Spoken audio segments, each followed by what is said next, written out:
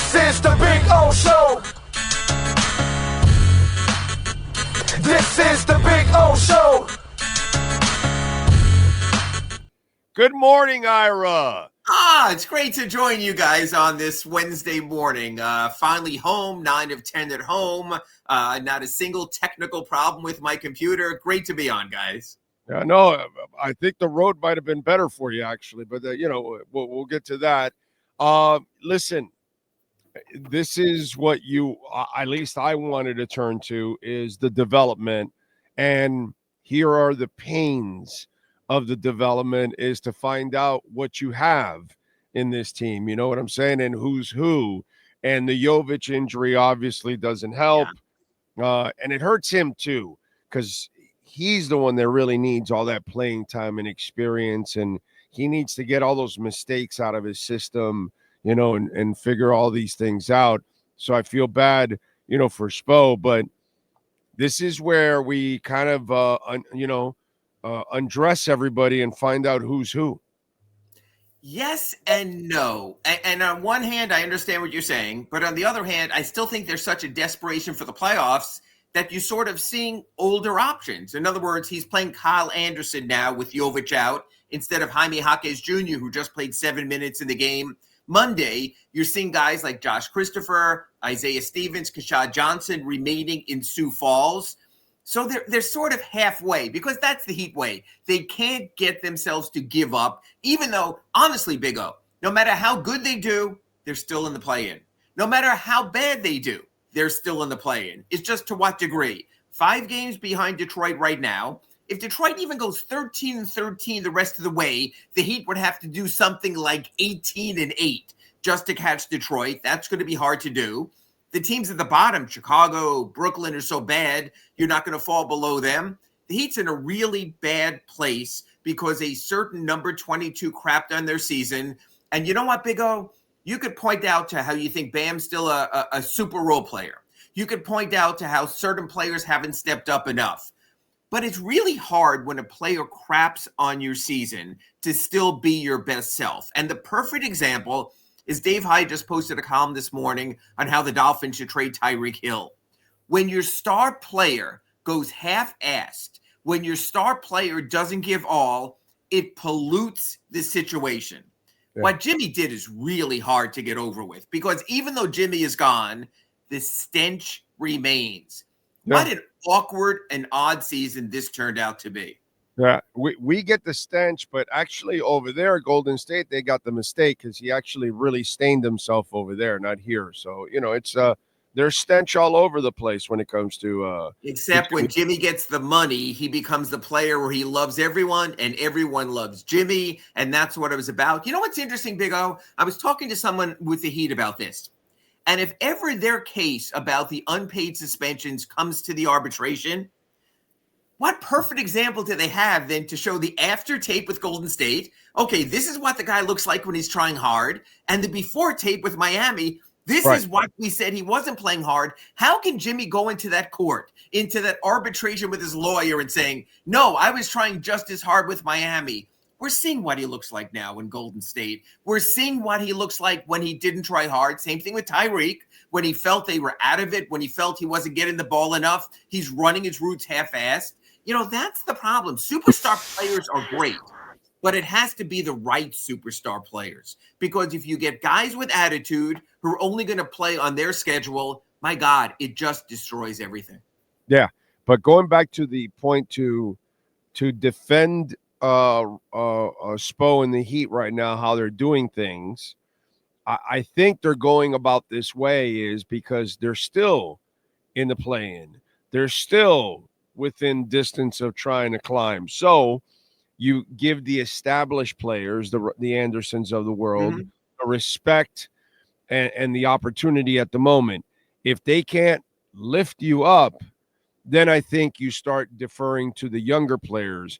And as much as I like Jaquez, I have to admit his inconsistencies have been frustrating. So absolutely, Bo says, hey, you know what?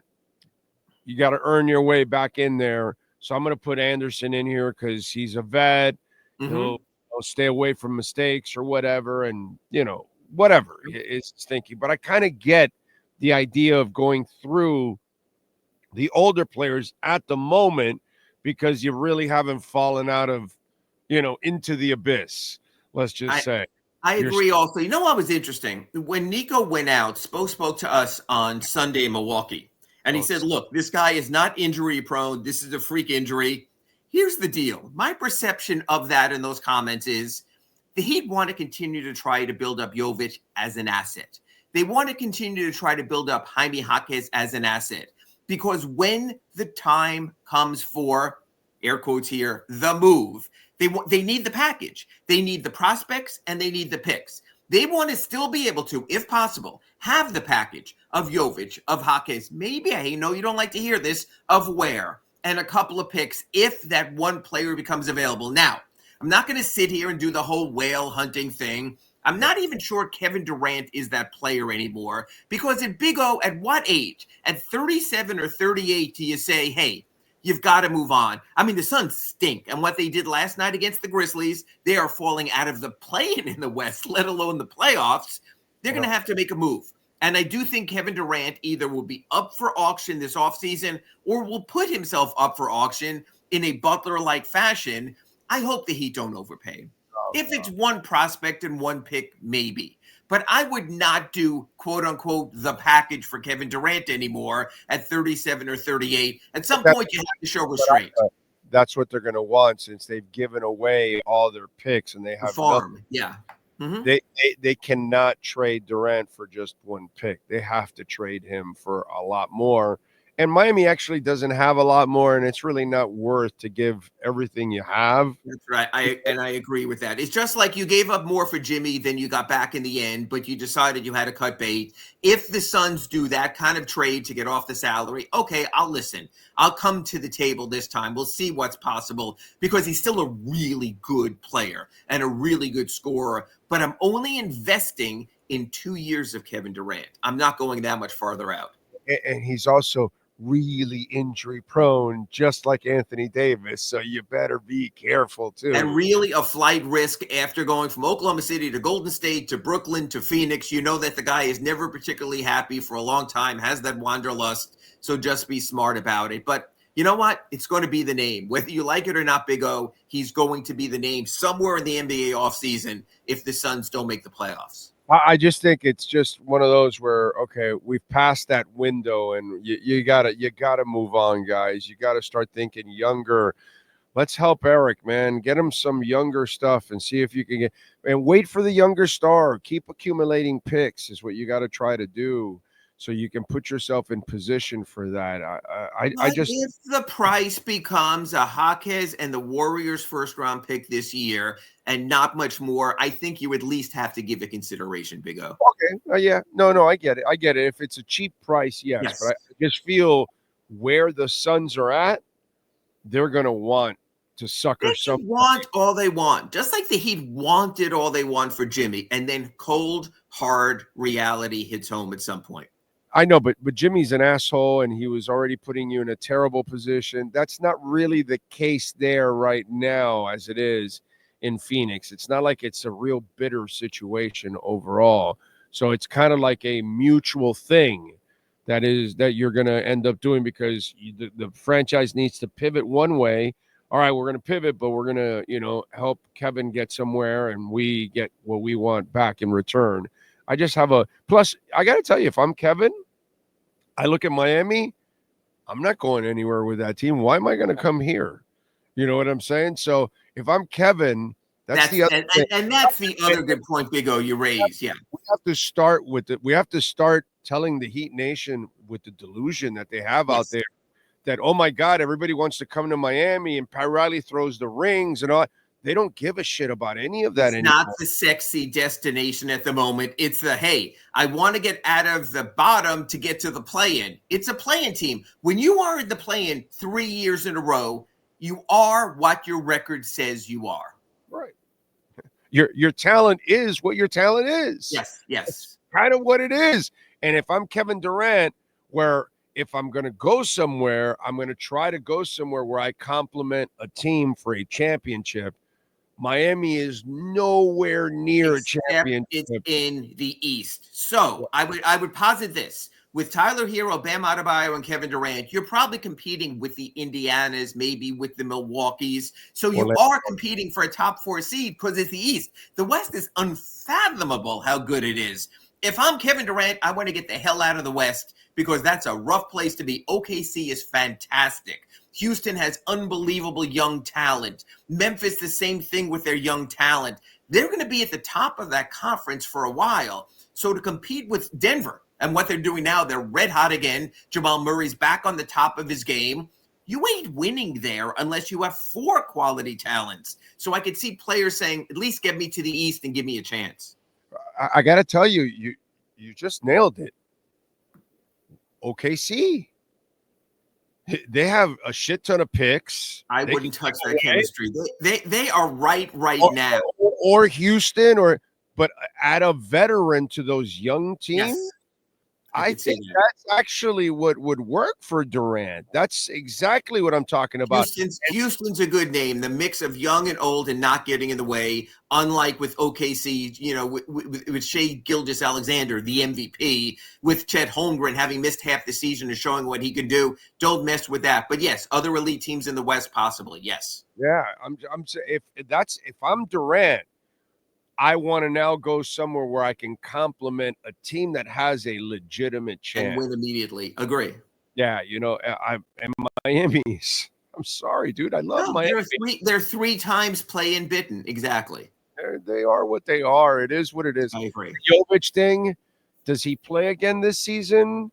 I think it's. I would say unlikely just for this reason. When you use the Tyler example in the playoffs in 2023.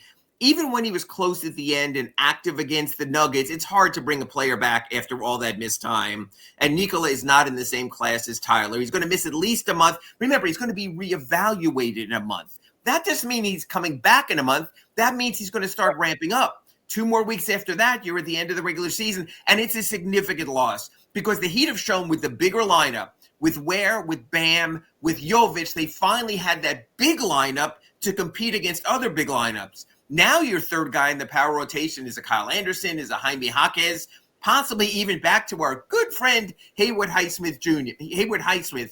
So you're going in a direction where all of a sudden the big lineup not so big. Yeah, no, and to me the brutal part is the playing time. It's not so much about where the whole team was going because I don't think they're going anywhere. Right. But I wanted Jovic to get all this playing time possibly. I agree. If you sneak into the playoffs, get a little experience there, all of that. That way you could go into a healthy offseason and build your body and your mind and all that kind of shit. But now he has a setback, and now you're rehabbing part of your offseason, which freaking sucks. Dude. It does, because the kid had made significant strides. Let's face it, 2 guys we were looking at this season, Jaime Jaquez and Nikola Jovic, and we both wanted them to make strides. Jovic did. Jaquez hasn't. No, Jaquez hasn't, but I like what I see from Ware.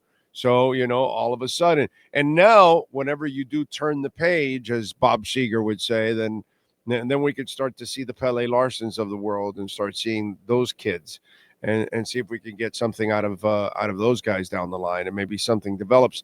You got to, at one point, and I don't know when it is, but I know Spo never lets go of that rope. But at one point or another, you're going to have to turn that page and find out about some of the young guys. Yes, and there might even be at the time where they get so landlocked in the play-in, but they really want to get. I just posted a story at sunsentinel.com to that 7-8. You don't want to have to win twice to make the playoffs. You want to be able to play at Orlando, win or lose. You get one more shot. They've used that the last 2 years, their second chance opportunity, or else you're in the lottery. And I just think there'll be a real negative feeling for the 4 months, 5 months of the offseason. Okay, walk everybody through the whole in, out of the playoffs, what spot, what is it, the Warriors, right, or the Suns? Which one is it, the other pick? The other pick's the Warriors. The other pick is the Jimmy Butler pick. So here's the deal. If the Heat don't make the playoffs, they keep their own first-round pick. They're going to get a Warriors pick. The Warriors pick is top 10 protected. They're playing very well right now. That'll probably be in the mid-teens, probably later teens. And the Heat will wind up with one pick, and their pick goes to Oklahoma City if the Heat make the playoffs. Big O, remember, we're talking playoffs. If you go to the play-in and you don't advance, you go into the lottery. So right now, I don't see any way out of the play-in for the Heat. So if they don't win at least one play-in game and maybe two, they will be in the lottery. Then their pick goes unprotected next year to Oklahoma City. And man, you don't want to be the team that's giving up a number 1 or 2 pick because you're still paying off the Jimmy Butler trade from 2019. That's where that Thunder pick is from. Perfect world for the Heat. You make the playoffs, you still get a pick probably in the 17-18 range. That's where you got Jaime Jaquez. That's the range where you got Khalil Ware. So you still can get a quality player to add to this youth. And honestly, with so many young players, with Jaquez, with Jovic, with Ware, you probably don't want 2 first-round picks this year. You want to be able to space them out anyway. So I think that's optimal. But again, I don't think the Heat are going to have a direct path to the playoffs. The 2 games that they effed up in Detroit and losing that tiebreaker right now to Detroit, they are screwed. Because you know what? Detroit's good. Detroit got a nice balance of veterans with Tobias Harris and Tim Hardaway and now Dennis Schroeder. And Cade Cunningham has been fantastic, leaps and bounds, arguably the most improved player in the NBA right now. You're not catching them. You really blew it against Detroit when Spoelstra stormed down the court and called timeout and didn't have one, and you absolutely threw that game in Detroit in the garbage. It's going to be the only way the Heat have known the last 3 years, the hard way into the playoffs. The Wemby thing, I mean, immediately down here we're thinking Chris Bosh. Should we be thinking Chris Bosh? And how nervous should San Antonio be? This was not life-threatening, go to the hospital, be monitored on machines. This was more like Brandon Ingram, I think 6 years ago, had a similar blood clot in his shoulder. It passed. He's been playing, except for other injuries, full-time. So I would think Wemby comes back. Again, you know what, men, people out there, this is why you monitor your health. This is why if you don't feel right, you go to the doctor. You catch something early. It makes all the difference in the world.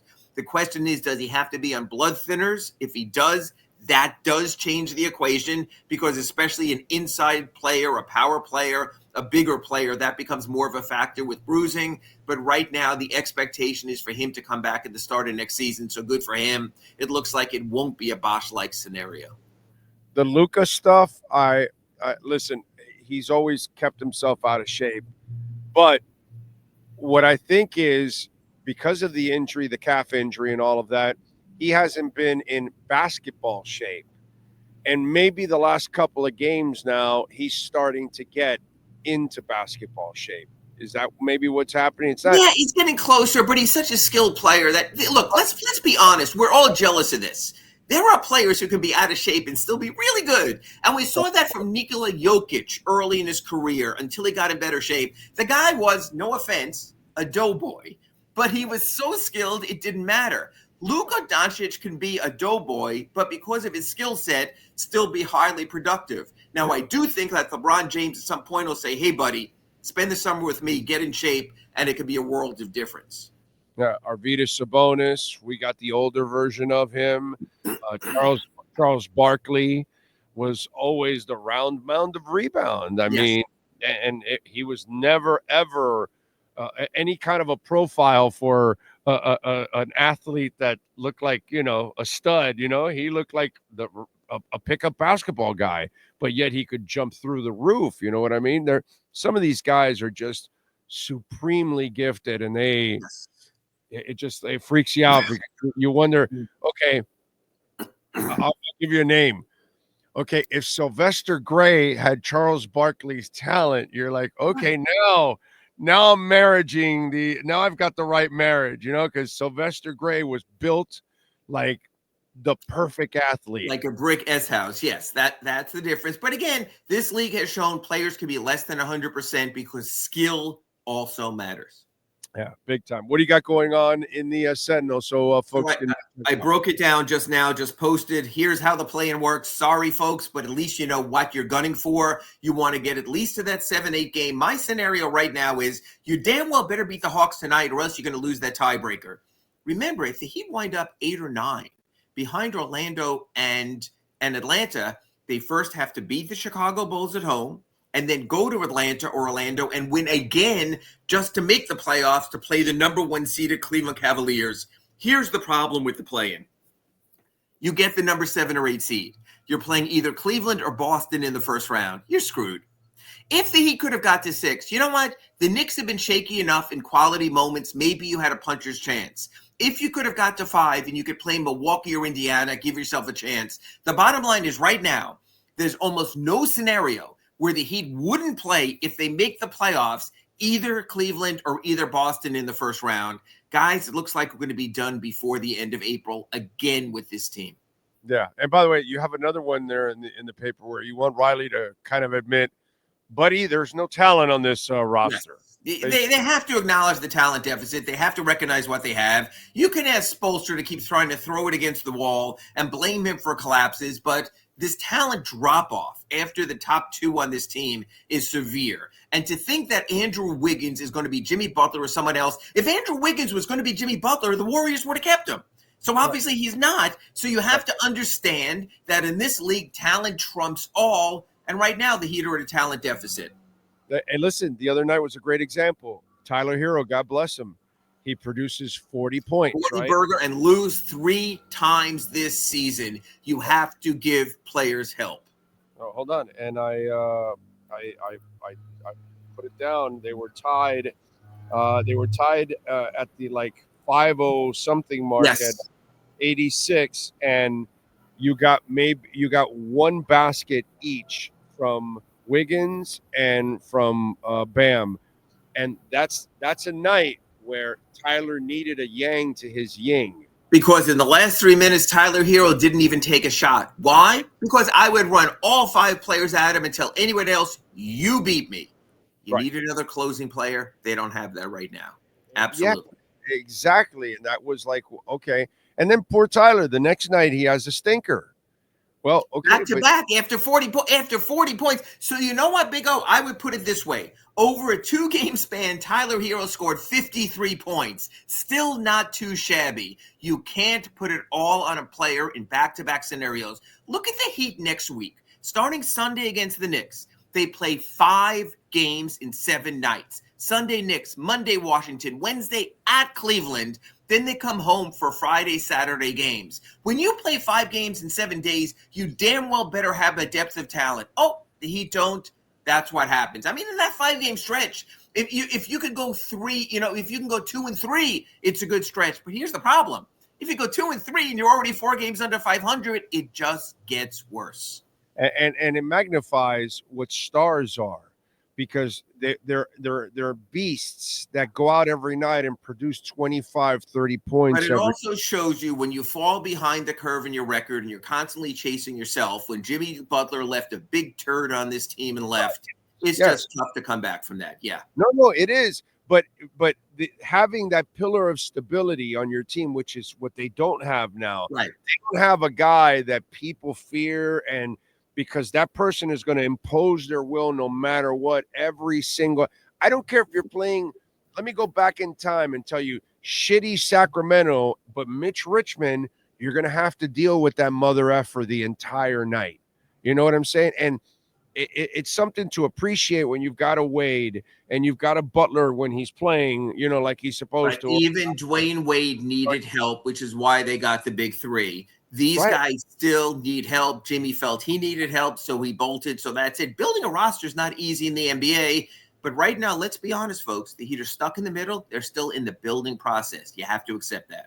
Yeah, and when Alonzo, he had to have Timmy, and it was just a yin and a yang to it. The inside-outside game. There has to be another star complementing it. And that's why even with those 2, they had to get mesh, because you still need something more. Right now, that's where the Heat are, yeah. And against a shitty team just a couple of nights ago, all you needed was one more. 2 guys to just complement Hero, and maybe you can break down defenses a little bit more. But that's kind of what it's all about. It's finding out, can any of these guys become anchors and be stars? You need more. Orlando's a perfect example. Like the Heat, they can't score. They have Wagner, they have Banchero, and they got nothing else. And Caldwell Pope is not the answer there. And they're scoring in the 80s also. This team needs to find points somewhere. I agree. All right, follow him on Twitter at Ira Heatbeat, and of course, subscribe to the South Florida Sun Sentinel. Ira, as always, thank you, my friend. Appreciate you. We will catch up next week. Now I got to find a new microphone to sing my karaoke. Thank you, guys. Catch you next week in our Acura Pembroke Pines report. You got it. Thank you. There you go, Ira Winderman, and our Acura of Pembroke Pines, Miami Heat, and NBA report, and we'll be there, by the way, on Friday, broadcasting live. So come on out and join us. And they've got some great deals going on right now. They've got the customer appreciation sales event going on. They will wrap it up this week. So take advantage. They want to make some great deals. Usually when they're wrapping it up at the end of the month, they want to push out as many cars. That's why they've been the #1 volume sales dealership in the Southeast United States for several years now. They've been #1 even in the country, okay? I think they're right in the battle right now for 1 or 2 or something like that. They're always right up there, but #1 in the Southeast United States. They've got a service center led by Mike Chan and Jordan Ferber that is second to none. Go out there, check it out. They've got hundreds of cars. They've got the lot is overflowing with cars, okay? That's the beauty. And they've got a fleet of certified pre-owned vehicles too. They look like they're brand new. 15601 Pines Boulevard, just off of I-75 in Pines. Tell them that Big O sent you. It is Craig Zinn's Acura of Pembroke Pines.